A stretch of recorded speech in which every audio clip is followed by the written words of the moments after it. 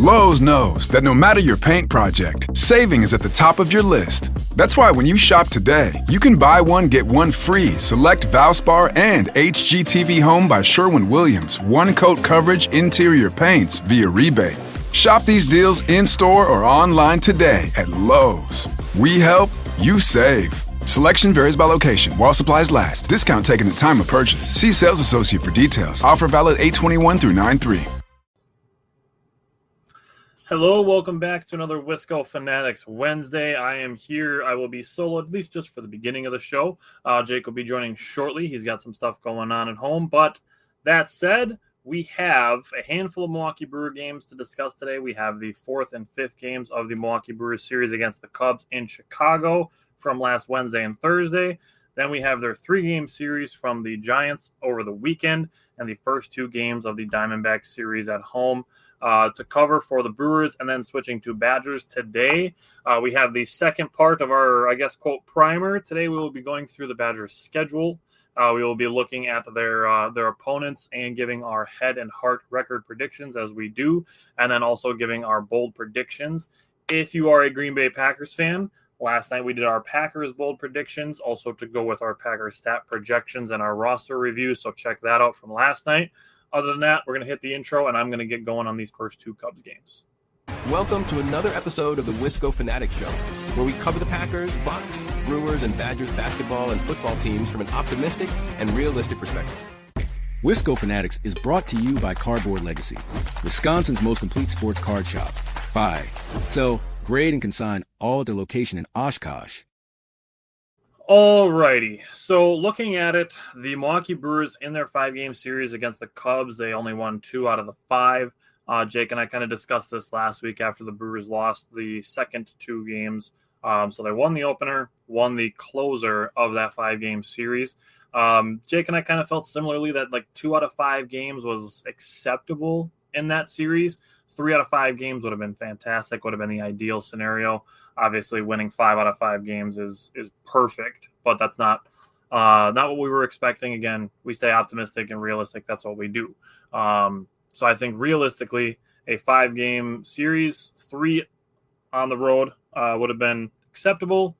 They got 2. Looking at last Wednesday's loss, I did not get to watch this one live. I was preparing for camping, which Jake knew, and that's also going to come into play when we get to the Giants games. But Brewers-Cubs, Game 4 from last Wednesday.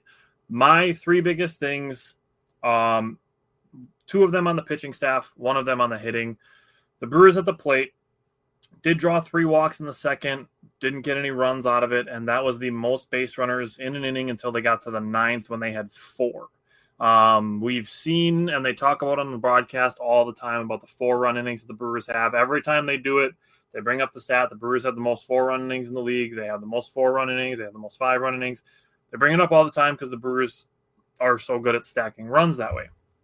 This game, they just didn't have that traffic stacking that we talk about so often. The Brewers only had 1 inning of 4 base runners in that entire game last Wednesday, and it was the 9th inning. They did score 1 run, but weren't able to come back and complete the comeback. That said, looking at the pitching staff, Jacob Mizorowski was okay. He was not good, not bad, I would say. His first 2 innings were 6 up, 6 down. However, he did allow 3 batted balls that were over 99 miles an hour off the bat. Getting into the bottom of the third, his command did get a little loose. He allowed 2 batters to walk on 10 pitches combined, a 6-pitch walk and a 4-pitch walk. He did open this inning with back-to-back-to-back walks, but the third one, I'm going to give credit to Matt Shaw. That was the third at-bat of the inning.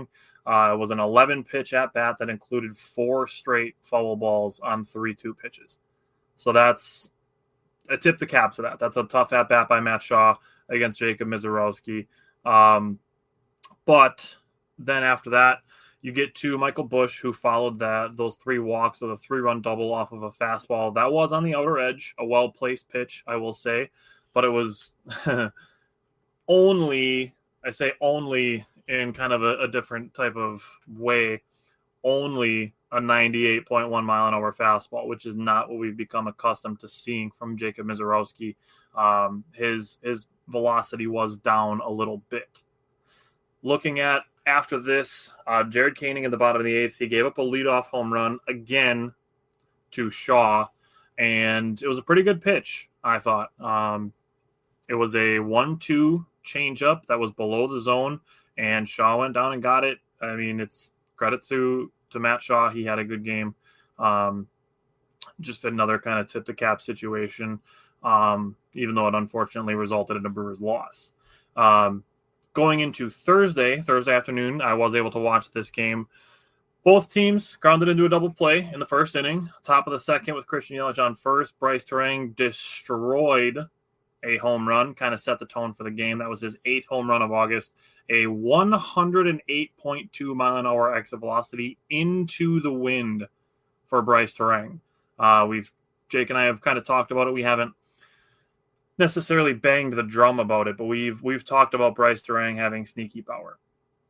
Bottom of the second, Quinn Priester had a lot of traffic, allowed 2 singles and a walk, had to throw 29 pitches, but did not give up any runs. That's obviously the big takeaway, is not giving up any runs. Had a clean third, a clean third in the 4th. He had a walk and a hit by pitch. In the 5th, he allowed a walk and a single. What I thought should have been a strikeout looking, did get a ground out. I think he got squeezed against Seiya Suzuki, who drew a walk, and with the bases loaded and 1 out, Nick Mears came in. Quinn Priester didn't have his best command on Thursday, but Nick Mears came in, got 2 flyouts that did let the Cubs get a run across their lone run they scored. Grant Anderson came in for the 6th inning, and this is a trend that we are going to see continue for basically the entire rest of the Brewers games that we're talking about today. We're in a point where the Brewers are having to use the B bullpen in close games, and that's where the Brewers were in this one. Grant Anderson using the 6th inning, allowed a leadoff single to the number 6 hitter, but then got these 7, 8, and 9 hitters all out. That's a tough move by Murphy to essentially put Grant Anderson in versus the bottom of the order and just trusting that he can get you through an inning. That's really where the Brewers are. That's where they are in the Chicago series. It's where they are now in the Diamondbacks series. We saw it when we get to last night's game from Tuesday night against the Diamondbacks. The Brewers are at a point where they are taking inning by inning any innings that they can get from any of their pitchers. 1 inning at a time. That's really where the Brewers are going with their 19 games in 18 days. It is a very, very tough stretch. Top of the 7th, Andrew Vaughn had a 1-out walk that broke 13 batters straight, retired by Imanaga. And I will say this, I think Imanaga was getting a pretty fair strike zone, but it felt like to me the Brewers were getting squeezed a little bit. The bottom of the 7th, Jared Koenig allowed a leadoff walk. Kyle Tucker lined out to Bryce Terang for a pretty easy double play. I would say that's bad base running by Michael Busch. Just a line drive right to Bryce Terang. I don't know why he's like 8 steps off the bag. That's just bad base running.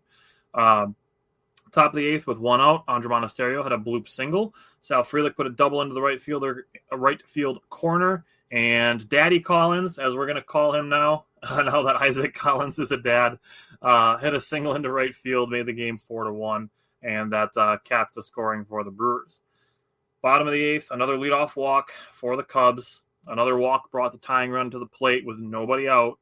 Got a strikeout for the first out, got a strong fly out and a ground out, and Andrew Vaughn picked this ground ball and dove to first base, just seriously leaving it all out there.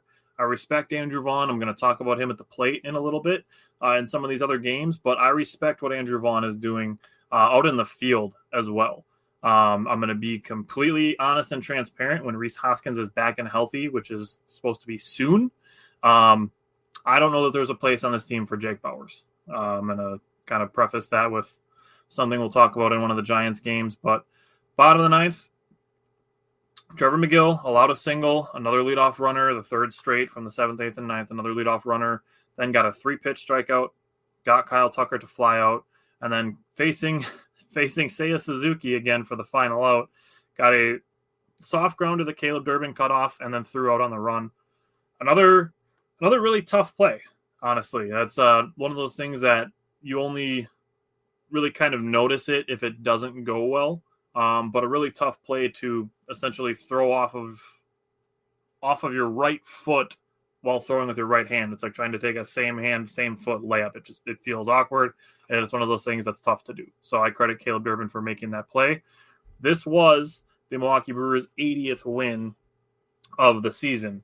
Now, this is where I would be relying on Jake if he jumps in soon.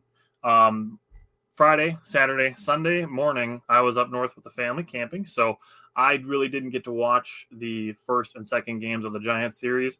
All I really know is that William Contreras had his first career walk-off home run against the Giants on Friday night, and Saturday was pretty much just a toss it out the window kind of game. That's one of those 7-1 games where you just say, all right, we'll get them tomorrow.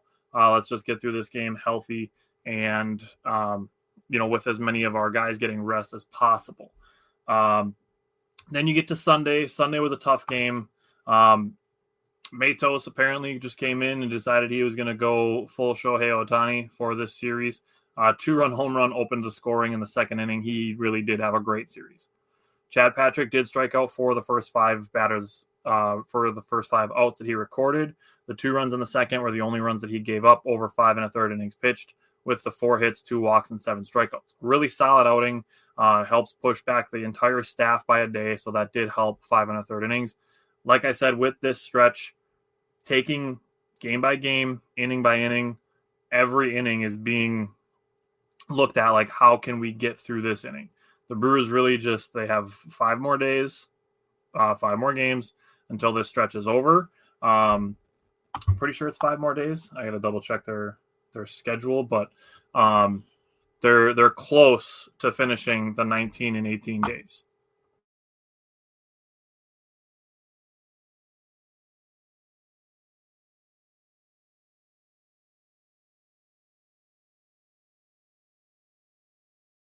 Just want to pull it up and make sure that I'm getting the right off day. I don't know if they're off next Tuesday or if it's next Thursday. Okay, it is next Tuesday. That's kind of what I thought. It's a weird split series with the Phillies, but I think it's because they're on national TV for one of those days. Oh, it's for Labor Day. That's why.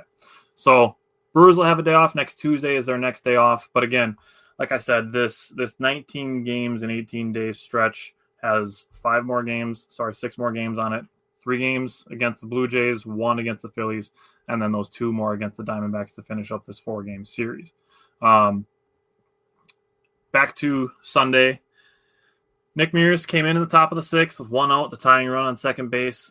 Got 3 sliders for a strikeout. Really nasty pitches by Nick Mears. His slider is very, very good. Then got Chapman looking with a painted fastball. Nick Mears, when he's at his best, is a guy that I trust in very high leverage situations. Shelby Miller came in. He got a clean 7th inning. Top of the 8th inning, Andre Monasterio laid off with a walk. The Brewers had led off with a single. Brewers had a 1-out single, but no damage to go out with 2 strikeouts.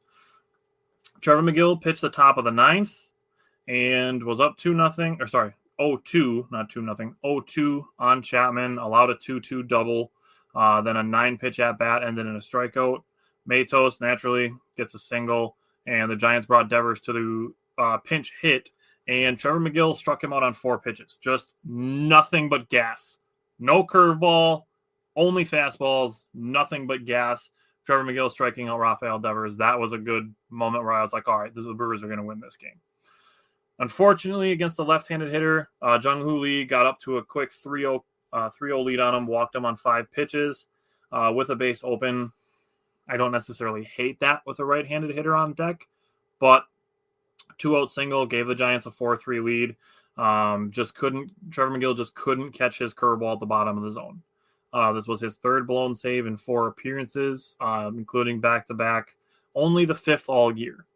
Now, I didn't mention Abner Uribe in the 8th inning, allowing a leadoff single and a 1-out single, did have 2 strikeouts, didn't allow any runs.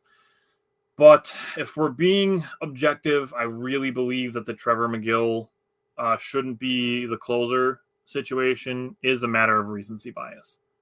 If I'm being honest, like I said, 3 blown saves in 4 appearances is obviously tough, but if it's 3 out of the 5 for the entire season so far, I don't feel that that's a large enough issue. I feel like that's kind of just a rough stretch, not like a panic button situation.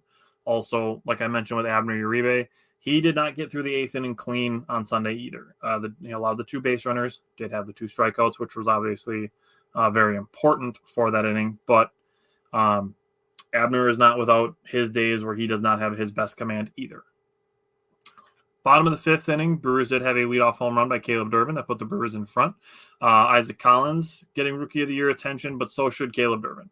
The Brewers realistically have 4 guys who could all get Rookie of the Year consideration, being Caleb Durbin, obviously Isaac Collins, Jacob Mizorowski, and Chad Patrick, all guys that are probably going to get votes for Rookie of the Year. Obviously, they're not all going to get a bunch of first-place votes, except maybe Isaac Collins. I think he's the main guy that has a shot to win Rookie of the Year, but all 4 of those guys are going to be in consideration. We get to the bottom of the 9th, and the Brewers down 1, 4-3. They pinch hit Isaac Collins and Jake Bauers in the 8 and 9 spots. Isaac Collins had a tap out. This is where I feel, and Jake Bauers came in and struck out, and I really feel that when Rhys Hoskins is healthy, that Jake Bauers is going to be DFA'd. It's unfortunate. Like, he's hit some really good home runs for the Brewers.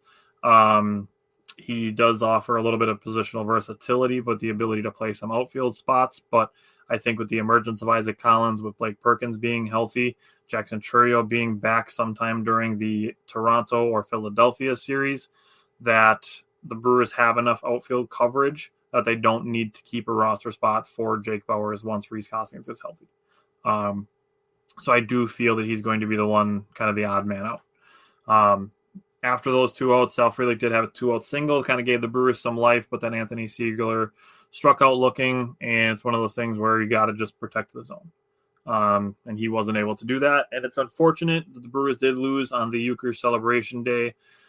I'll say I'm not absolutely not using it as an excuse, but I will say that it's possible that it was a bit of a distraction. And again, I'm not saying that there's anything bad about it. I'm not saying, again, that that's an excuse to lose a game that you were winning going into the 9th inning.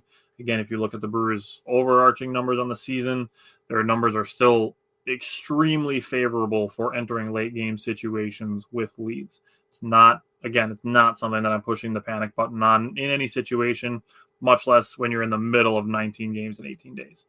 And I'm going to keep hammering on it. I understand there's going to be people, well, you just can't use 19 games in 18 days as an excuse for everything. It's an insanely hard thing to do. You look at, obviously the NFL is the NFL. The level of contact and competition is not the same, but obviously they don't play more than 4 days apart. You look at the NBA, they don't like playing 2 games in 2 days or 3 games in 4 days, much less playing every day, which already comes with its own, levels of focus and routine. But to play 19 games in 18 days, and one of the doubleheaders that you were scheduled to play gets pushed back a day, all of that flux, in addition to dealing with injuries, new injuries popping up during this stretch, like DL Hall, Trevor McGill went on the 15-day injured list today. Joey Ortiz going on the injured list. Obviously, Chourio and Hoskins already were on the injured list. But, I mean, this is a very, very tough stretch for the Brewers. Honestly, if we get to the end of these 19 games and the Brewers go 10-9, even 9-10 in those 19 games, I think you're going to be okay with it. Obviously, you want them to win, 12, 13 games out of those 19 just because of how hot they were in July and August coming into this stretch. But if we're being realistic, for them to win any sort of double-digit amounts of games in this 19-game stretch, which, again, I can't impress how difficult that has to be to stay focused, to stay healthy, to stay ready, and to be coming into all these games feeling good. I guarantee you there is not a player in the Brewers clubhouse that feels that they are at 100% all 18 of these days. I guarantee it. So Pat Murphy's trying to sneak in rest for guys when he can, whether it be position players, pitchers, relievers. It's a job that is tough. It's hard. And if the Brewers can come out of it with a situation where they are potentially a 1 seed, winning the NL Central, I do believe that Pat Murphy is going to win back-to-back Manager of the Year awards. I was just talking about Rookie of the Year. So on the Bob Uecker celebration, the range of ages for people who were impacted by Bob Uecker and loved Bob Uecker, it does not cease to amaze me. I mean, people younger than me, I'm 32, people younger than me know who Bob Uecker is. People well younger than me know who Bob Uecker is, all the way up to like my grandpa knows who Bob Uecker is. His dad probably knew who Bob Uecker was, maybe more as a player than a broadcaster, but they were talking about it during the broadcast on Sunday. The range of people, even just that Bob Uecker himself was, had camaraderie with. Like last year, Jackson Churio being 19, 20 years old. The relationship that he had with Christian Yelich was obviously very strong.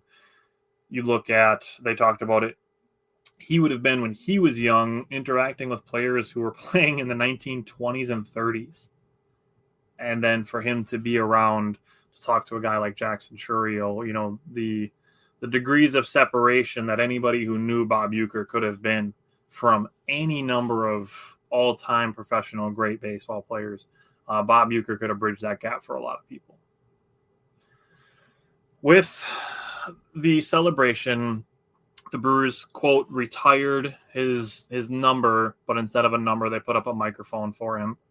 I felt that was a perfect way to kind of commemorate for the long term for Bob Uecker as far as his broadcasting career goes.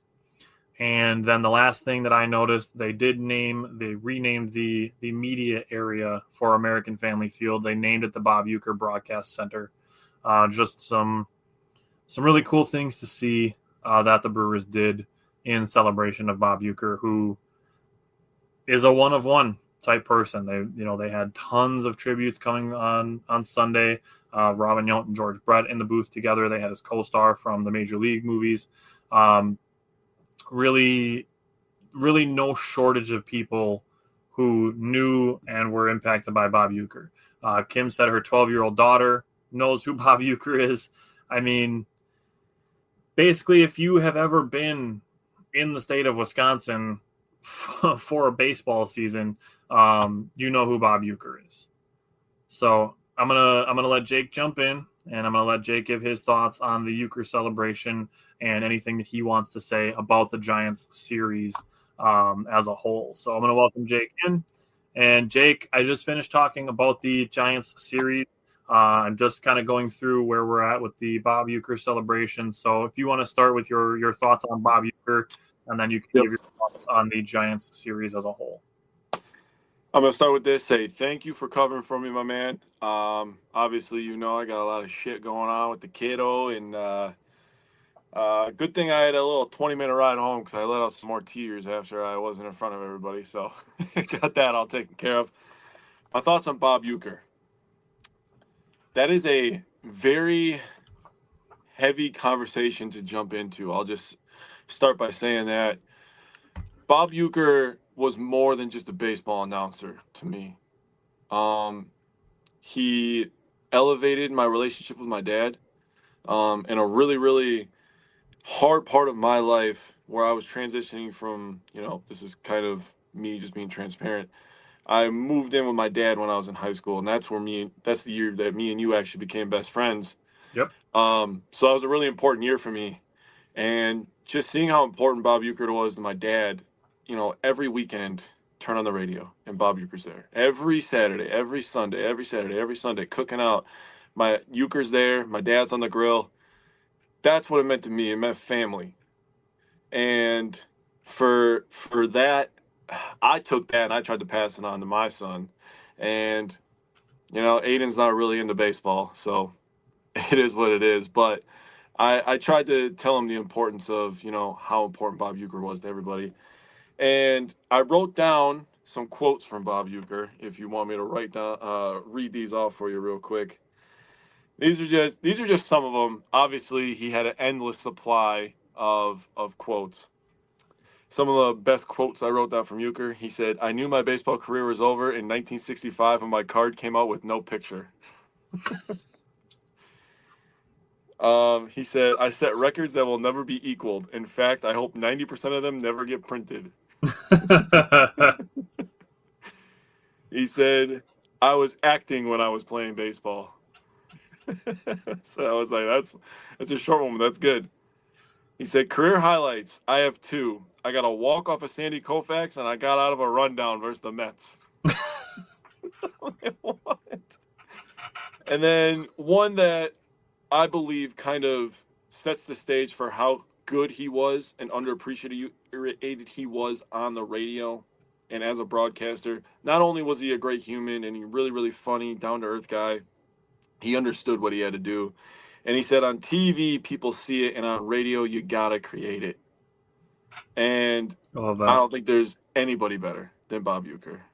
He was so good in a game of baseball that everybody calls boring and too long, and they play too many games. Getting the opportunity to listen to Bob Uecker 162 times a year was a blessing for us that I don't think that enough people took for granted. Now, I'll take a step back and I'll go back to game one real quick. Now, obviously, I wasn't here, so I don't know what you said, but Not much. Like I said, I was up north. I was hoping I'd get reception enough to be able to watch, and that was not the case. So yeah, I really had nothing for game one and game two. Basically, the only thing I said about game one was that it was William Contreras' first ever career walk-off home run. Yeah. So I had a few things here. So first of all, I wrote "Welcome Back, Willie." That was a little emotional for me too, and I loved that the Brewers, they did such a fantastic job. First of all, this last weekend, even though they lost the series to the Giants helped us out last night, getting a loss to the Cubs. Well, we got a win, but having Willie Adames back in town, a guy who was so important for us these last 3 years, on the weekend that we're celebrating Bob Uecker, was absolutely vital for me personally. While Willie Adames was here, he had 87 homers in those 3 years that he was here. That's by far first on the Brewers, and of course he has to hit 2 home runs on his return, right? Yep. And I loved Pat Murphy's quote talking about how much he loves Willie, and it's a very long quote. And at the end of it, he said, "Well, you're starting to piss me off when he hit that second home run." And I was like, "That's such a Pat Murphy quote, dude." So the other thing I wrote this game 100% emphasizes the 2025 Milwaukee Brewers. If you have not watched a single game, which I don't know why you would do that to yourself because they've been tremendous all year long, but if this was your first game watching the Brewers this year, this is the Brewers. They got a starting pitcher, Quintana, a guy who's been tossed around the league, been on a billion teams. He gives you 5 1/3, real good baseball, 2 hits, 2 earned runs, 2 walks, and 2 Ks. I'll take that every goddamn 5 days. Yep. Then you got Shelby Miller coming in, and Shelby Miller has been goddamn perfection damn near since coming onto the Brewers, by the way. What more people need to be giving him love. He's been tremendous. He's been tremendous. He comes in and finishes the 6th inning for Quintana. Gives up a walk, but he gets the 2 Ks. Aaron Ashby pitched 2 innings of 1 earned run ball. So some of this game was a little because of some wild pitches and stuff, but that's why I say that this game right here emphasizes the Brewers, because not only did they have some unlucky breaks, they picked each other up, but on top of that, they had some amazing defensive plays. Monasterio had an amazing leaping, looking like the Jordan logo grab in the 3rd inning.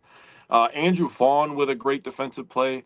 The thing about Andrew Vaughn is he's still getting hits. He's not getting the home runs, but he's still hitting the ball hard. If you look at all his exit velocities over the last week, people are like, what's going on with Vaughn? What's going on with Vaughn? He's still hitting the ball 100 miles an hour. Damn near every at bat.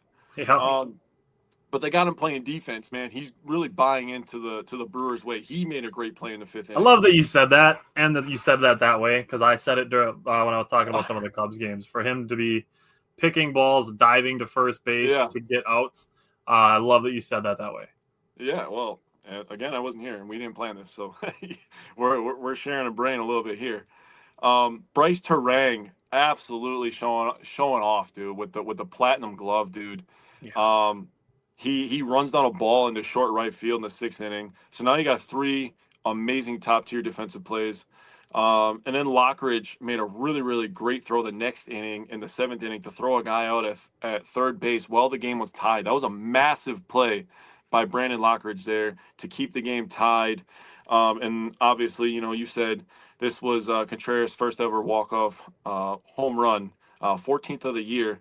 And I love the quote from Quintana because he was like, man, he took so long to round the bases. I was wondering when this guy was going to touch home plate.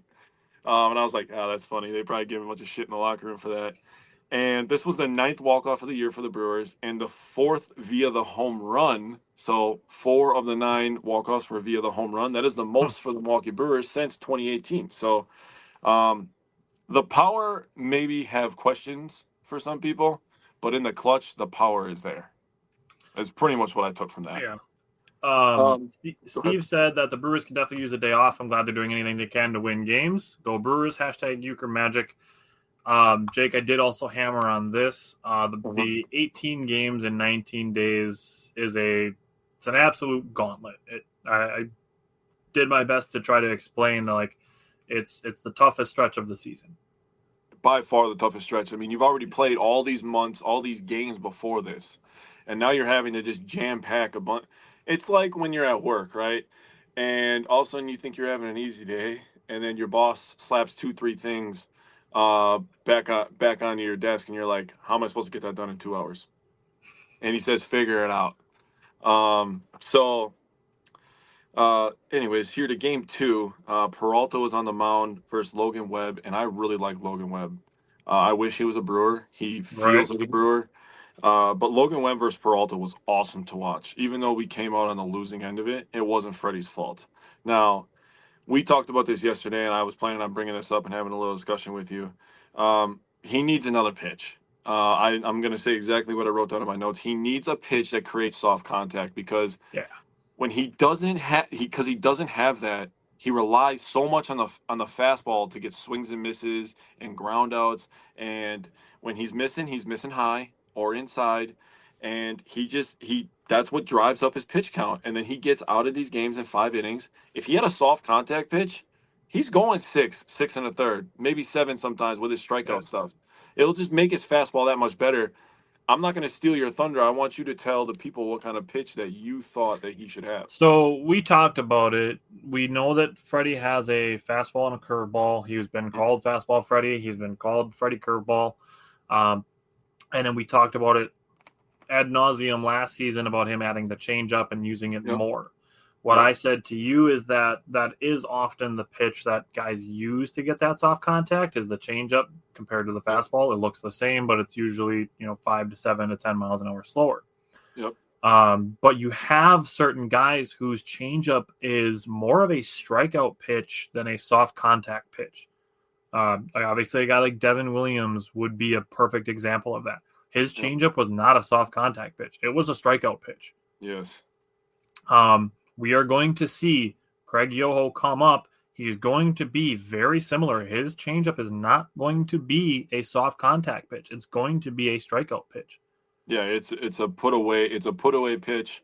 Yeah. And I think Freddie just needs something that can get in on guys' hands every once in a while to get them off the barrel, to get them roll over to something to the first base or third base or to himself. And he can get people out in 2-3 pitches instead of having to go 6-7 all the time. Yeah.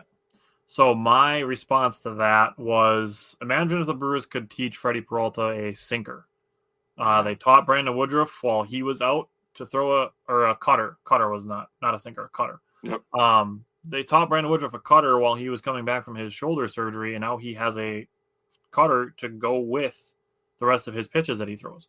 So it's just another layer of fastball. It's what makes guys like Jose Quintana so effective. A guy that Jake and I agreed was very effective in a similar way is Quinn Priester. Yep. That guy can go 7 innings in a game, only throw 75 pitches because he gets so many outs early in counts. Yeah.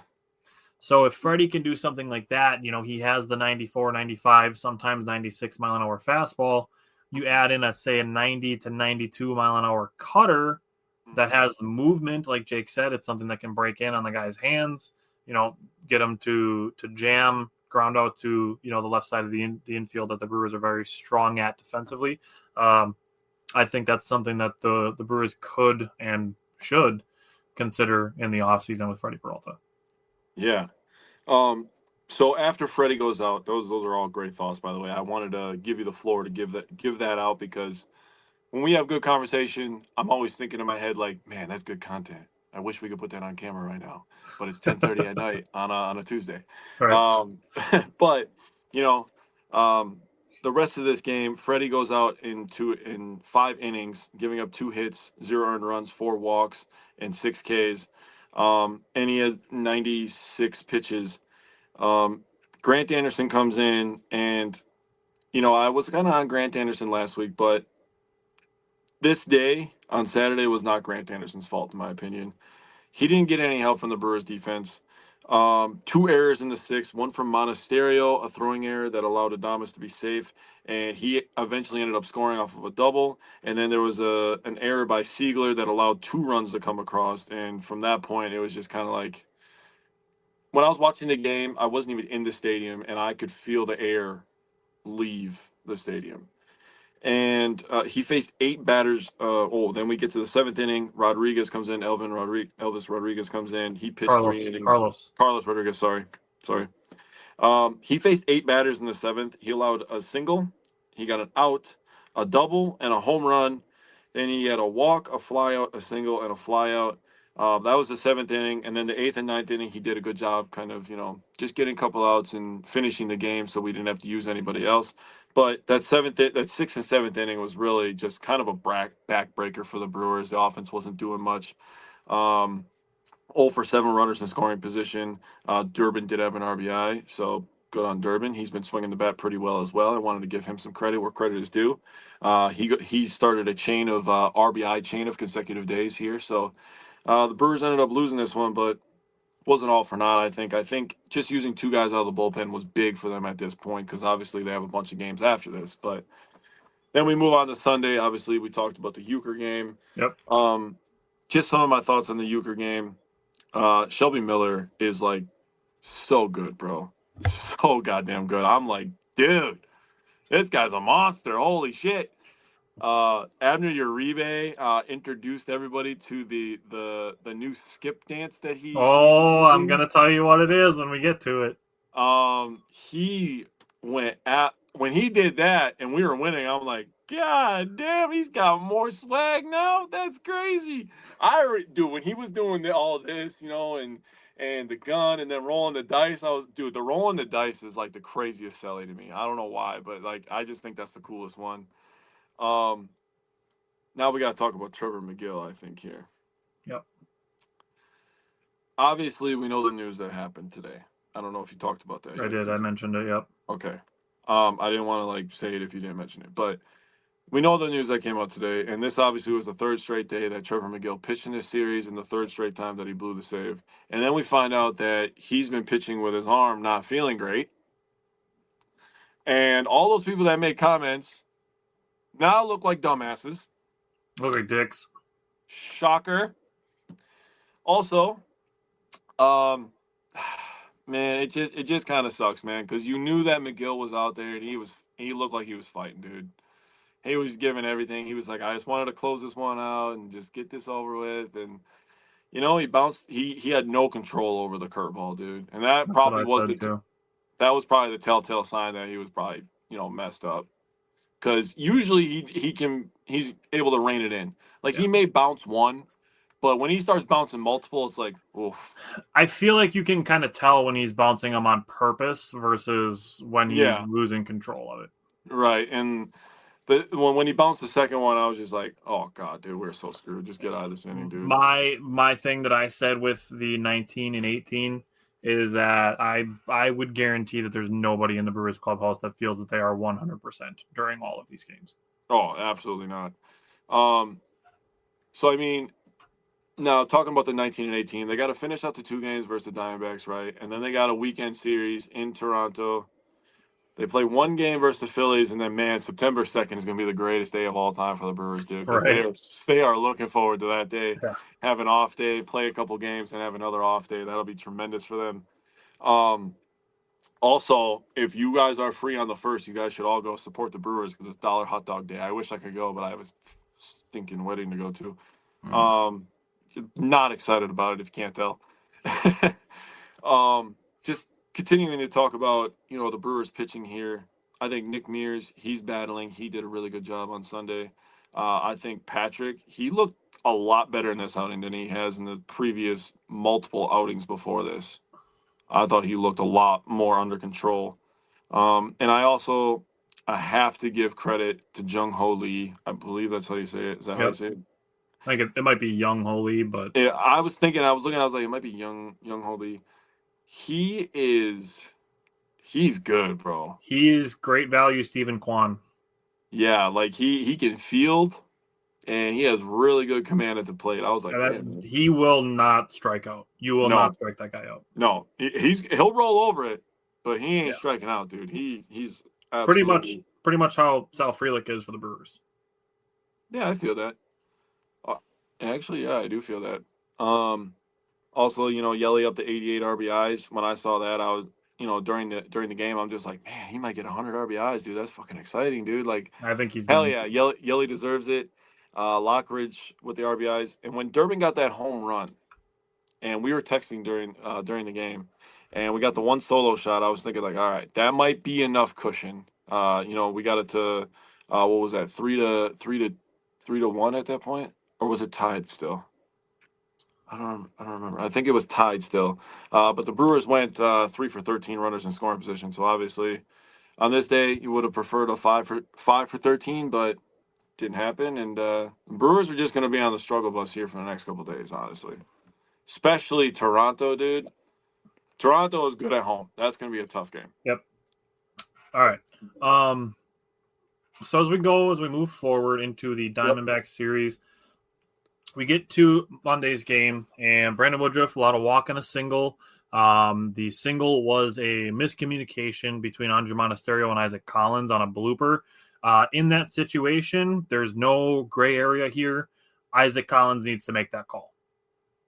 It's a rookie thing, but as the outfielder, you are the one coming in on the ball. Andrew Monasterio is going out. Shop the Sherwin-Williams Labor Day sale and get 35% off paints and stains August 22nd through September 4th. With prices starting at $31.84, it's the perfect time to transform your space with color. Whether you're looking to revamp your interior or exterior, we have you covered with bold hues, soothing neutrals, and everything in between. Visit your neighborhood Sherwin-Williams store or shop the sale online. Delivery available on qualifying orders. Click the banner to learn more. Retail sales only. Some exclusions apply. See store for details. That is the responsibility of the outfielder. Like I said, there's no gray area. You draw the line. That is the outfielder's ball. Yeah. So Woodruff had to throw 18 pitches, but there was no damage. Bottom of the first inning, the Brewers had 1, 2, 3 inning, but I did like their plate discipline. Reggie, welcome back. I like their plate discipline in the first inning. All three of the batters that got out, which was Sal, Contreras, and Yelich, I believe. All three of them were in 3-ball counts. So seeing the ball well. Bottom of the third. This is where this game gets super fun. So the Brewers went 6 up, 6 down for the first 2 innings. And then they went 6 straight hits. Yeah. Isaac Collins had a leadoff double. The Brewers' first hit of the game. Blake Perkins, with good plate discipline, was down 0-2. Got back to 2-2 before hitting a single. Andrew Monasterio, also in a 2-2 count, had a single to get the Brewers on the board. Good hustle by Blake Perkins to get to third base on that single. Bryce Terang, down 1-2, hits a bloop single, makes the Brewers up 2-0.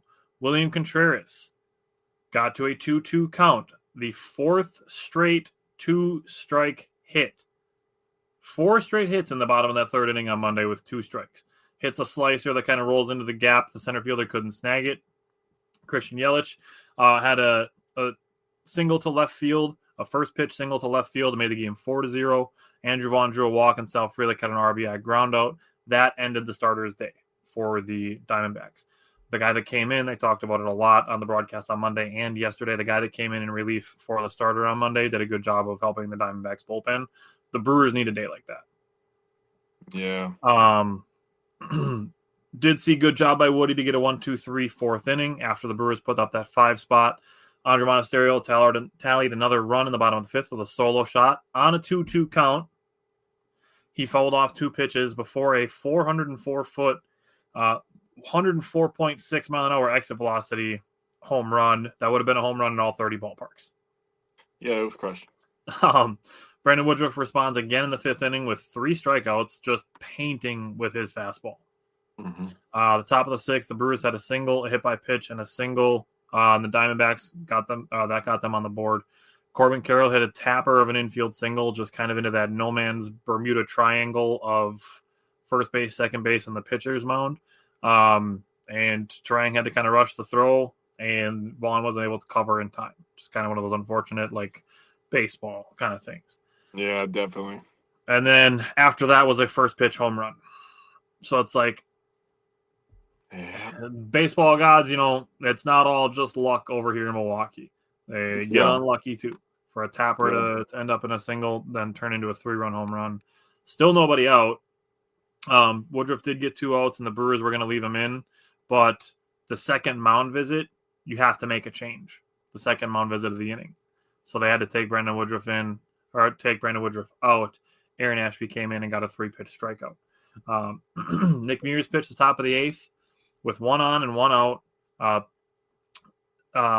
facing a switch hitter to put him on the left side. I would say, looking it up, the numbers did not suggest that was a great idea. To be fair, though, on the other side of that coin is a very small sample size with the switch hitter that they flipped around to hit on the left side of the plate. Very small sample size, and you can't argue with the results because Nick Mears got the out. Got a ground out and a line out to end the inning. Bottom of the 8th inning, Caleb Durbin hit another home run. Back-to-back days of the homer for Caleb Durbin, 378 feet, 101 mile an hour exit velocity. Also a home run in all 30 ballparks. No cheapies here for the Brewers. Top of the 9th inning, Abner Uribe came in the save. My personal opinion, might have left Nick Mears in to try to get the save in that situation just because he only threw 5 pitches in the top of the 8th to get those 2 outs. But Abner only needed 11 pitches to get the save. Made a really great play for the 3rd out to come off the pitcher's mound, get his glove up in the air, and make a backhand flip over to Vaughn at first base for the 3rd out. And I told Jake I thought I had a great caption for that. You've heard of Skip to my Lou. Welcome to Skip to my W. No. Oh. That's good. You should send that to him, bro. He might use that, bro. That's fucking good, dude. Yeah.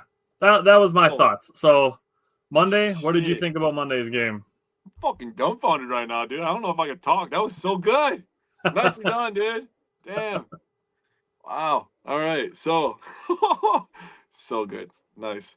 I talked about runners in scoring position versus the Giants on Sunday, 3 for 13. Well, on Monday, they decided to go 5 for 8. That's baseball, dude. They had 5 less opportunities with runners in scoring position, and they got 2 more hits. I'm telling you, that's just baseball, dude. That's the most baseball thing of all time. Brandon Woodruff, he looked a lot better to me this outing. He took his first loss of the year, his last time out. Got a win today, well, on Monday. Yeah. And he got 8 strikeouts, dude. And I'm like, dude, this guy's starting to look like the Brandon Woodruff that I know. I mean, he's pumping it up there every once in a while, getting the 93, 94s. But the command is just elite, dude. Yeah. That's the first thing I wrote down. I was like, dude, Woody's command is just next level. He has the velocity and the command. He's like Quintana mixed with Freddie Peralta in the one pitcher. The command, he has the Quintana command and he has the Freddie Peralta fire. Not quite as much, but and he has the pitch, all the types of pitches that Quintana has. I mean, he's just a veteran, dude. He knows what he's doing up there. And I love Brandon Woodruff. Aaron Ashby, that guy is good, dude. That guy can throw a goddamn baseball. I love Aaron Ashby. The thing that I thought, though, and I wrote this down, the thing that I thought about Aaron Ashby when he was coming up, I thought that we were going to be seeing more like 3-inning outings from him. Mm-hmm. Not as many like inning and 2/3, I was like, okay, we're probably gonna get more like 2 2 2/3, 3 1/3 like outings, like actually save bullpen kind of days. But I Yeah. mean, if this is where he's more efficient, I'll be okay with it. Abner Uribe, man, doing the skip again, and all these people. The only thing I saw on Sunday night was all these people talking about how Abner Uribe needs to be the closer. Abner Uribe needs to be the closer. It's like, dude, can we slow down? Yeah. Did we just forget like 2 months ago where Trevor McGill was a goddamn all-star representing the Brewers in Atlanta? Did we forget about that fast? That's incredible how fast people's memories are when it comes to how successful people were. Yeah. Mind you, I do have some thoughts on McGill. Now, he did do an interview with Sophia and a bunch of other people like Todd Rosiak and all that stuff. And he did say, because he's had this injury before, he said that this one doesn't hurt as bad as the last time, and he thinks that just being out for the 15 days, because he's on a 15-day IL, right, not the 10-day. Yep. He does think that he could come back after the 15-day stint. Now, I looked it up because I was interested when I heard about it. I looked it up. I was like, well, what is the average recovery time for this? And they said 4 to 6 weeks. That's what it says online. Now, obviously online, every time you look something up, they tell you you're going to die from the freckle on your back. So, yeah, take that for what it is. But if it was the 4 weeks, that would be September 24th. And exactly 4 weeks is September 24th. The Brewers' last game is September 28th, I believe. So if he's that 4 weeks, he's still going to be back before the playoffs start. The Brewers can hold serve and get that 1 seed. They'll have a little, another extra week for him to rest and everybody to get all the bruises and nicks and bumps all taken care of. So right now is not the time to hit the panic button on Trevor McGill. Okay, people? Hey, I said similar things. Also, he's the closer. Yep. Uribe is the setup man. Yep. He's very good in that. Trevor McGill's very good closer. We now have a couple people. We have Shelby Miller, 7th inning guy. That guy's fucking elite, dude. 7, 8, 9, lockdown. And then you have 5 pitchers that are going to be vouching to start in the playoffs because you have all these off days in between. All these guys can pitch multiple times. The Brewers are going to be fine, people. Okay? This 19 games in 18 days is really going to put a tax on how you are as a fan along with how the team performs. Yeah, which is I like absolutely insane for me to say. I like that you said that, though. I mean, it's true. Yeah, that's a really fair point. Christian Yelich, 2 more RBIs, he's up to 90, dude. Not that I'm counting. I really want him to get to 100. Oh, we're gonna count because I'm gonna put it up. This is the National League RBI rankings. Number 3 right here is Christian Yelich. I can't see that on my phone. Who's on top there? It's Kyle Schwarber and Pete Alonso. Well, how many does Schwarber have? 110. Jesus, that's the MVP this year, dude. He's the MVP. Yes, he is. He's Pete Alonso has 105 RBI, but Christian Yelich has 26 home runs and 90 RBI. He trails Pete Alonso, who's played 6 more games, has 23 more plate appearances, and a 7 points lower batting average. Yelich is only behind by 3 home runs and 15 RBI, behind Pete Alonso, who's going to be making probably $40 million a year next year. Yep, he's going to get paid a lot of money. So, yeah, we can kind of pump the brakes on Christian Yelich never paid. No, he's paid properly. If you ask around baseball, and I'm talking real baseball people, the one household name is Christian Yelich. He's the household name on this roster. Mm-hmm. Now, maybe Contreras might come up in conversation, but if you're talking real household names, yeah, it's Christian Yelich. Yelich is the household name on the Brewers. So people need to show some goddamn respect. Yep. I feel like Christian Yelich is starting to enter the territory that Chris Middleton was in, where Middleton was so goddamn good and so goddamn consistent every year that people, when he would make a mistake, people would just dog him for that mistake. Yeah. And it was just unfair. We're in a realistic spot where Christian Yelich could legitimately finish top 5 in NL MVP voting. He could very easily. I've seen recently. I've seen him around 7. I mean, I could see that, dude. We talked about this. Now, he wasn't the one that got going first, but he was the one that carried the hot streak the longest on the Brewers and really turned the season around when the He offense makes needed. the lineup go. Yeah, he's the engine, you know. So having him up to 90 RBI, tremendous. Monasterio, Terang, Frelick, Durbin. I love when multiple people are contributing. Now the Brewers, like you said, had a big inning, and they also gave up a big inning to the Diamondbacks. And I'm watching this game, and I'm like, I know it's tough, guys, but I need you to cut this one out, dude. Right. You guys need this win after what happened yesterday. Like, I really felt like they needed this win for psyche reasons. Like, if they would have dropped 2 in a row, like after how they lost, on Sunday, I would have been a little worried about the psyche.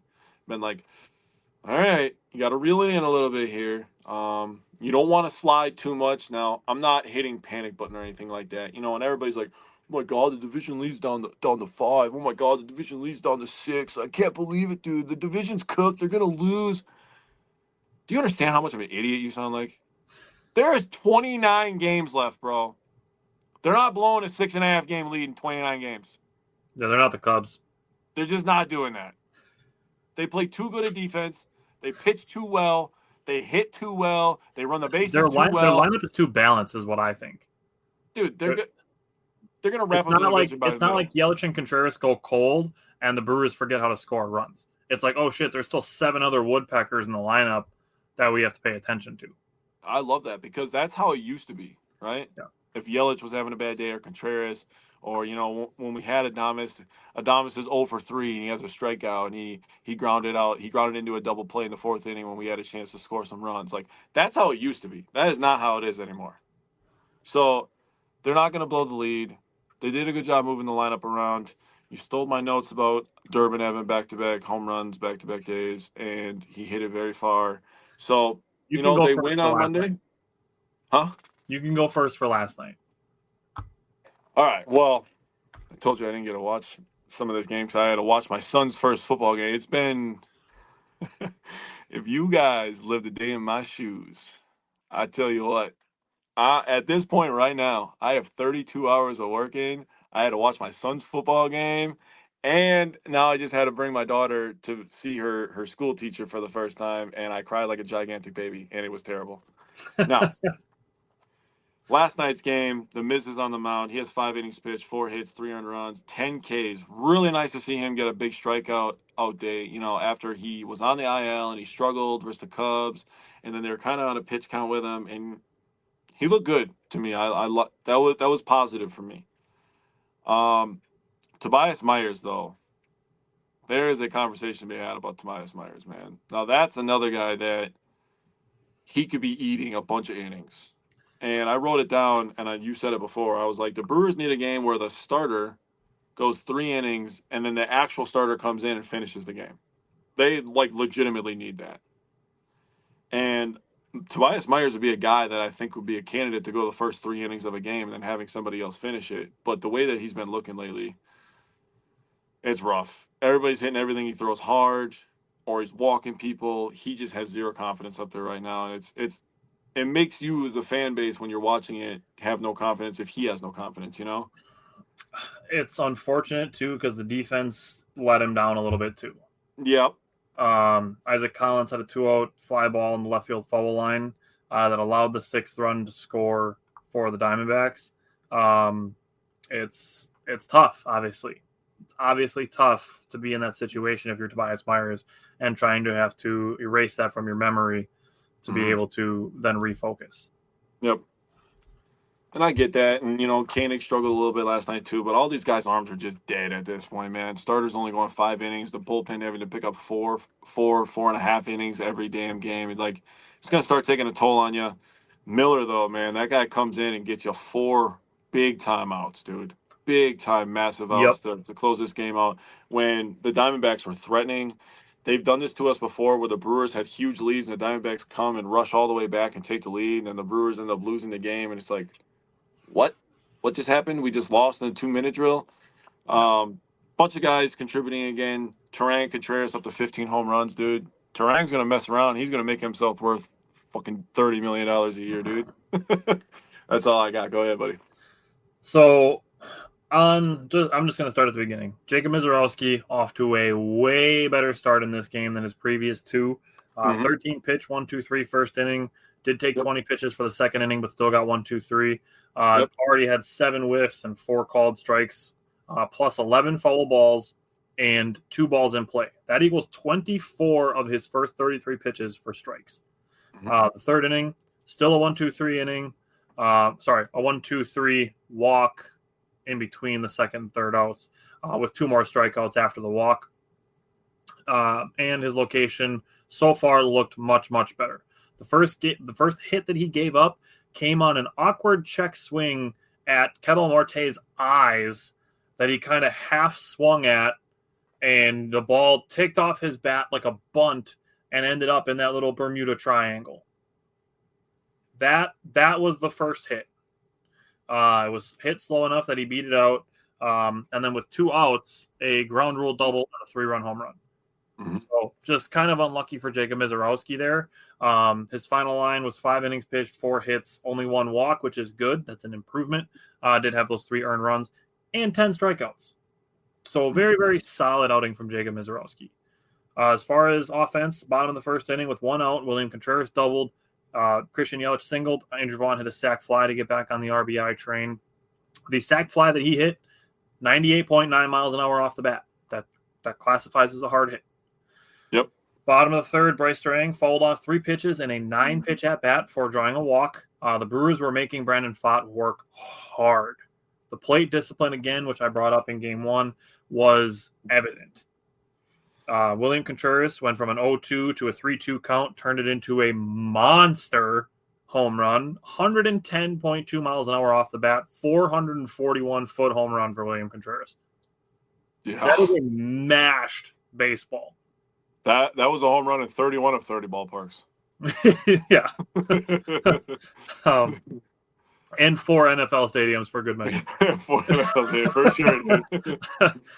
Just a monster home run, and I tweeted about it to give him the credit from going from 0-2 to 3-2 in that at-bat, getting himself into an advantageous situation, and then just pecking away. Christian Yelich single, Sal Frelick infield single, Isaac Collins had a fielder's choice, then stole second base. Anthony Siegler had a blooper. The left fielder tried for a sliding catch, couldn't get to it. Bounced off his glove. 2 more runs scored, made it a 5-0 game. Blake Perkins, another 3-2 count. He puts a single into right center. Siegler scores on that. Carroll did snare it to keep it from rolling to the wall. It would have been fun to see how long Blake Perkins could have ran if that bounced past him, but it didn't. But Brandon Pfaadt pitched 2 2/3 innings last night. It took him 80 pitches, 43 pitches in the third inning to record 2 outs. Yeah. You expand that to a 3 outs, that equals a 64.5 pitch inning. Jesus Christ. Nobody wants to face that. No. Like, anybody looking at that inning and seeing that it took Brandon Pfaadt, a solid pitcher, in my opinion. He's kind of on the tail end of his career, but he's a decent pitcher. Took him 43 pitches to get 2 outs against the Brewers. Any opponent watching this is going to be like, fuck that. Yeah. 43 pitches to record 2 outs is absurd. So when you brought that up last night, dude, it made me think of what day was that? I think it was Saturday. Did you see what the Yankees did on Saturday, bro? The Yankees had an inning where they were at bat for 41 minutes. In a half inning, bro. They were crushing baseballs, dude. I was like, holy shit, dude. Yeah, when I was going to bed, I turned on SportsCenter because they actually show highlights like old SportsCenter. And they showed that, and I was like, dude. So when you were talking about that yesterday, telling me that, I was like, holy shit, dude. That reminds me of the Yankees the other day, dude. That was crazy. So as you kind of mentioned, Tobias Myers piggybacked with Mizorowski, had a clean 6th, allowed a 3-run 7th, which was capped by a Jared Koenig fly ball that Isaac Collins dropped on the left field foul line that allowed that 6th run. It did make the 2-run home run that Bryce Durang hit the inning before just that much more important. 403-foot, 101.7 mile an hour exit velocity hit for Bryce Durang. That's his 9th home run of August. So he is on one right now.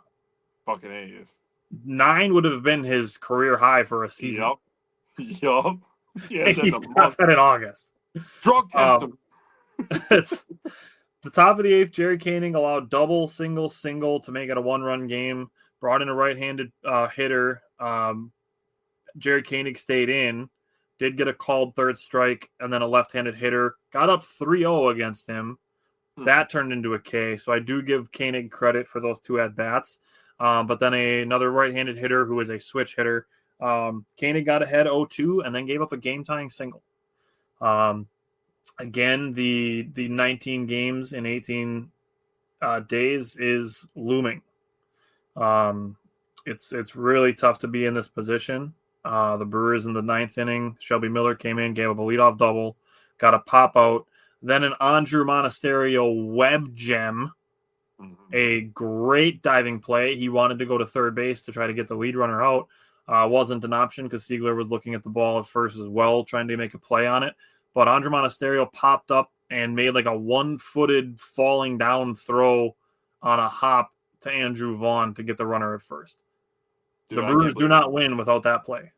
I can't believe he had enough on the throw to get him out, dude. That was amazing. Amazing. They did intentionally walk Gabe Moreno to force a 191 season, 177 career hitter to the plate. He struck out. Shelby Miller threw him some nasty splitters. And then, going into the bottom of the 9th, William Contreras had a single. They had Lockridge run for him. Christian Yelich had a good at-bat to draw a walk. Andrew Vaughn was up 3-1. He drew a walk. Bases loaded for Sal Frelick. Hits a sac fly, not deep enough. Isaac Collins comes up with 1 out. His sac fly is deep enough. So, Brewers win, obviously 9-8. Isaac Collins gets another walk-off. The 93 pitches that Jacob Mizorowski threw was a career high. That's, again, 19 games in 18 days. This was the nobody left in the Brewers bullpen game. Yeah. I said it to you. I'm like, we really could have used Tobias Myers to finish this game. I'm really hoping that, like you said, that they have, one of these games where they can do the thing that they've done with DL Hall and Quinn Priester, who we can just roll right into it. Quinn Priester, his start is being pushed back to Saturday. He's got some wrist soreness, so he was originally scheduled to start tonight. The Brewers are going to use Aaron Ashby as an opener for Eric Fetty, a guy that they were already knowing that they were going to bring in yesterday, with Trevor McGill going to the injured list. So Eric Fetty is here. He was the guy that I wanted at the trade deadline last year. He went to the Cardinals instead and did not pitch well, got DFA'd, and now he is in Milwaukee. So it'll be interesting to see if the Brewers can kind of fix him. If that's the case, then I'll be excited. Obviously, the Brewers have a great track record. They deserve blind trust when it comes to pitchers. Yeah. The Brewers have 2 more games against Arizona tonight and tomorrow afternoon. Then, like Jake said, they play 3 at Toronto and then the first game of the Philly series. So we will have 6 Milwaukee Brewer games to discuss next Wednesday. We will also, next Wednesday, we will have a Wisconsin Badgers football game to discuss. Yeah, we will. So we're going to bring in Mike, and looking at the Badgers schedule, very excited. Tomorrow night, Thursday night, Badgers, we get football. I'm super excited. They play Miami of Ohio. That is game 1. Game 2 is Middle Tennessee State. Game 3 is at Alabama. Then they are home against Maryland. Then they have their bye, an early bye, similar to the Packers. Then week 5, or their 5th game, they play at Michigan, home against Iowa, home against Ohio State, at Oregon, versus Washington at home, at Indiana, versus Illinois, and they end the season at Minnesota. So I will give you guys the floor if there are any games that you want to highlight that you are looking at specifically, and then we can kind of go through and give some win-loss head and heart record predictions like we do. Yeah, go ahead, Mike.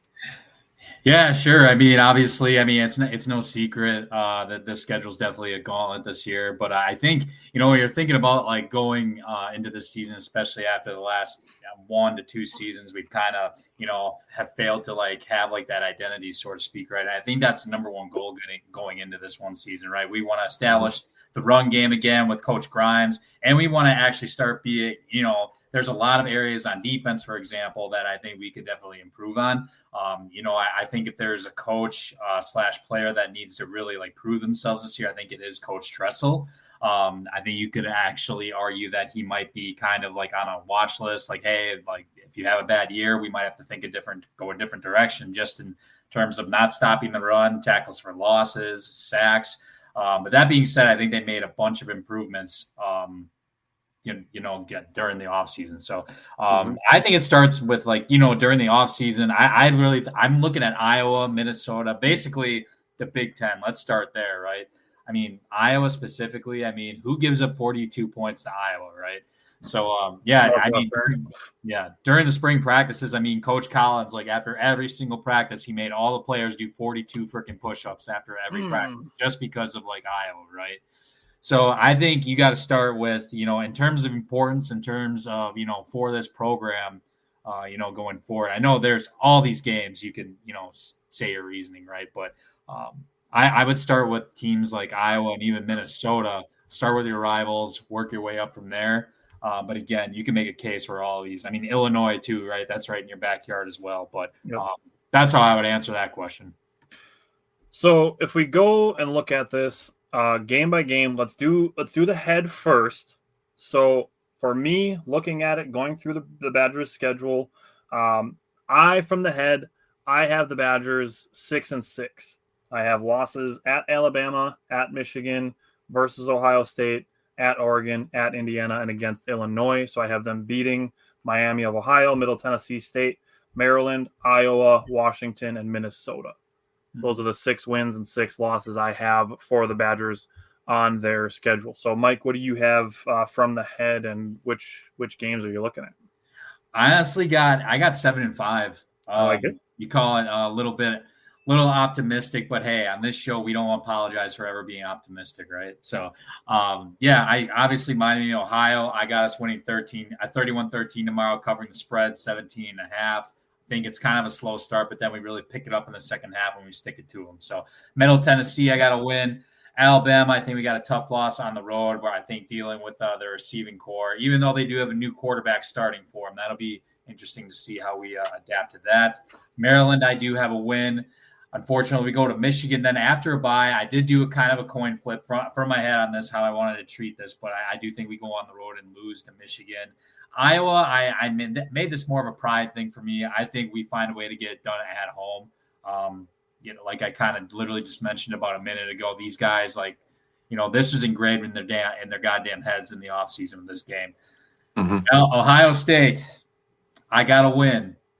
That's part of my my bold predictions part. I gotta schedule one of my bold predictions too. It's part of the whole bold prediction thing. But Oregon, I have a loss. Unfortunately, that's a tough place to play. That's a very tough place to play at. Washington, another coin flip, but I did give us the W because, being at home, I know they have a big-time quarterback out there that they just brought in that has a lot of hype. So it's a team to watch there. Indiana, I do unfortunately think we're going to have a tough loss on the road. Another coin flip, but I do think Indiana is going to be down a little bit this year. It's just more so going on the road and whatnot. So I think they were a little overrated last season too. Yes. And then Illinois, I unfortunately have another loss here too. I think Illinois could damn well come close to winning the Big Ten this year, in my view. They have damn near everybody coming back this year. They are out of the 9 out of the 10 teams starting from Bama going through the rest of the year. 9 out of the 10 teams have new starting quarterbacks. The only one that doesn't is Illinois with Luke Altmaier. He's good. And this is his 3rd year starting, right, in the program. But it's not just him. They got a bunch of dudes coming back, and I think Illinois is actually in for a good year. And then Minnesota, there's no way in hell I could give us a loss against them. I think we win for sure. We got to get PJ back, man. Last year was a huge disappointment with how the season ended, especially in that game. It looked like we didn't have a pulse at all out there. So we got to get that axe back. But 7-5 is what I'm going with here. Yeah, Jake, I had 6-6 from the head. What is your head record prediction? So from the head, I have 7-5. From the heart, I have 8-4. Going through real quick, 2 wins right away: Miami, Ohio, Middle Tennessee. We won't learn much about the Badgers from those games. Sadly, it just is what it is. First loss I have going to Bama, I put close L. I think this game's going to be a lot closer than people think. The Badgers are going to be dominant up front, and they're going to run the ball, and they're going to make you earn points on defense. I have a win versus Maryland. I have a win at Michigan. I think Michigan's hella overrated. I will stand on that hill and die by myself if I have to. I have a win versus Iowa. So at this point, you're looking at the Badgers. They're 5-1. You're like, oh shit, here we go. They're gonna lose to Ohio State. I'm sorry. It's gonna hurt. It's gonna suck. Ohio State they're the Dodgers of college football. It is what it is. They're going to lose at Oregon because that is a very tough game to play. You're talking about at that point in the season, that's going to be back-to-back top 5 games. One at home, one on the road. That's 2 L's right there. The Badgers might be ranked versus Ohio State, to be completely honest with you, if they start 5-1. Then I have a win versus Washington. I think that'll be a close W. Badgers will be kind of licking their wounds after taking a beating in Eugene. Then I have a loss at Indiana because I feel like that's kind of a trap game in between Washington and Illinois. I do have us beating Illinois. I think the Badgers can beat Illinois. Being at home was really the factor for me. I have a close W there. Then November 29th, I'll never write down an L next to Minnesota because they don't deserve that. So I have a W versus Minnesota. I wrote down my prediction from my heart. I have 8-4 from the heart. I think they're better than people think. So from the heart, I have the Badgers 9-3. The losses that I still have them taking are Ohio State, Illinois, and Alabama. I did flip the Michigan game. They are starting a redshirt freshman at quarterback. So that's what made me flip that one as far as the heart is concerned. And looking at the Oregon game, that's another one that I flipped. I really feel that where the Badgers were with Oregon last year, and you could say the same for Penn State, they were the better team for 3/4 of that game. Mm-hmm. They were. Yep. So I think there's enough learning opportunity there for the Badgers to win that game, even though it is on the road. And then the last one that I flipped was at Indiana. Kind of like I just said, I do think last year they were a little bit overrated. Their schedule was a little bit easier last season, which I think helped them in their undefeated stretch that they had. So I have 6-6 from the heart, 6-6 from the head, and 9-3 from the heart. So Mike, what are you looking at from the heart? Yeah, it's 9-3 for me as well. Basically, the games that I'm flipping is Michigan. Basically, exactly what you just said. Yes, Bryce Underwood, big time quarterback, whatever, but true freshman quarterbacks make mistakes. And I don't see why this guy's going to be any different from that. So flip that one. And then I also flipped the Indiana game as well. I'm not going to buy Indiana being a college football playoff team for 2 years in a row. I just don't see it happening at all one bit. Nope. And, I do have Ohio State obviously winning this too. I really, really think this is year 3. Luke Fickell wants this game. You got to remember, this staff is a lot of Ohio people. They want to get these dudes. I can promise you that right now. This is circled on their calendar, as a staff too. And, going back to Tyler's point with the whole playing last year, like we were one possession away from beating Oregon, Penn State. Ohio State was damn near the same thing too, and they came in our place 2 years ago with what we had. So I think if we get a night game there again, and Cam Brown's going to be buzzing, Jake, as you said before, we could damn well be a ranked team going into that game. Anything can happen at night. So I think this is the year where Luke Fickell gets his first signature win. Yeah. That would be before we go to bold predictions, I had it in the back of my mind. Since we put that this was going to be the show that we do our schedule review on, go watch Scary Alvarez's breakdown of the Badgers schedule. Yes. He does very well. He does a very good job, I think, of how we are with being optimistic and realistic. Watch his schedule breakdown. I think he did a really good job of laying out how the Badgers could be anywhere from basically 3 wins to 9 wins on the season. So he did a really good job with that. So I wanted to give Scary a friend of the show. I wanted to give him a quick plug. So last thing before we're out of here today, bold predictions. They're always fun. Mike, you said you have a schedule related bold prediction. So do I. So rip yours, and then I'm going to say mine on top of it. Yeah, I mean, I kind of mentioned it, going through the schedule, but my number one is Wisconsin's going to win one of the 3 big games. The big three for me was Alabama, Ohio State, Oregon.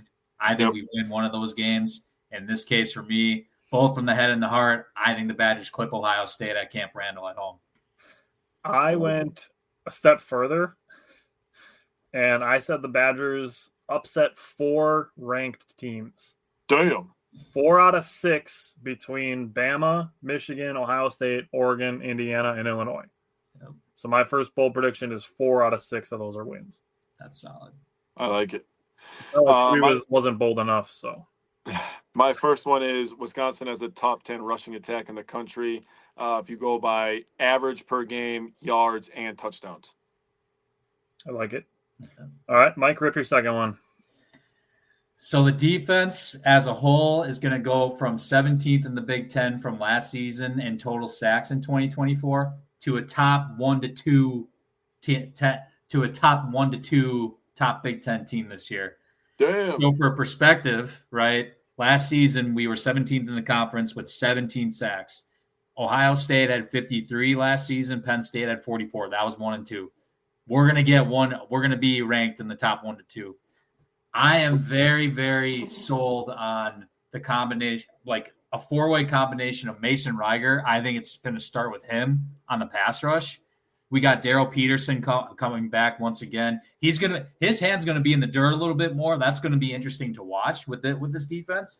And then we also brought in guys like Corey Walker, who's got plenty of experience. Sebastian Cheeks, who got moved to the outside. Aaron Witt's going to be out there. Nicholas Clayton, who I talked about last week, is a true freshman, came in, gained 30 pounds when he got into spring. I know this staff is very, very high on him. He's going to be out there for third downs, I think, for a pass rush. I think they just invested way more in that space. That's going to help us propel there, right? So it starts with them, but I think you got guys like Christian Allegro are obviously going to contribute to that. Tackett, we're going to throw in that safety blitz here and there too. But I really think with this staff and as a whole, we invested a lot of time in going into this because, as we all know, we struggle. This is a place where we struggled last year. I think we take a big step this season going forward in that. You can go back to last week when we went through all the transfers. The number of players that they added was heavily in the front seven.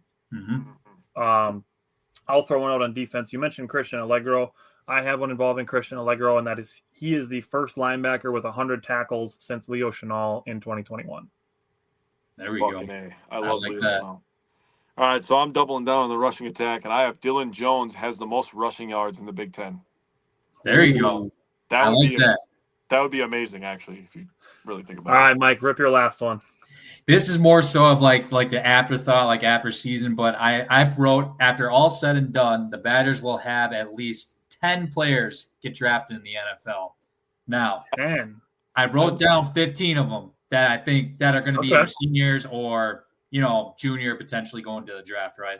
So I wrote down Billy Edwards Jr., Vinny Anthony, Joe Brunner, Riley Mahlman, Jake Renfro, Lance Mason, tight end, Ben Barton, JVR Suggs, Mason Reiger, Darrell Peterson, Ricardo Hallman, that's 11. That's a lot. Austin Brown is 12. Preston Zachman, Christian Allegro. Last one, it was Davis Heinzen because he's a grad transfer senior as well. Now, Davis Heinzen, the guy that we brought in at left tackle, Manitowoc native, by the way, he's got the same compare him to, remember when Ryan Ramczyk transferred in from Stevens Point? He took that 1-year rental, right? Came in, started at left tackle. What does he do the next year? He's a first-round pick for the New Orleans Saints in the draft at 32. So there you go. That's how I broke it down. 10 of those dudes are getting drafted next year. Very well thought out, Mikey. I like it. I like it. I could see like 7, but it wouldn't be a bold prediction if you said half. So there you go. That's very true. Exactly right. That's very true.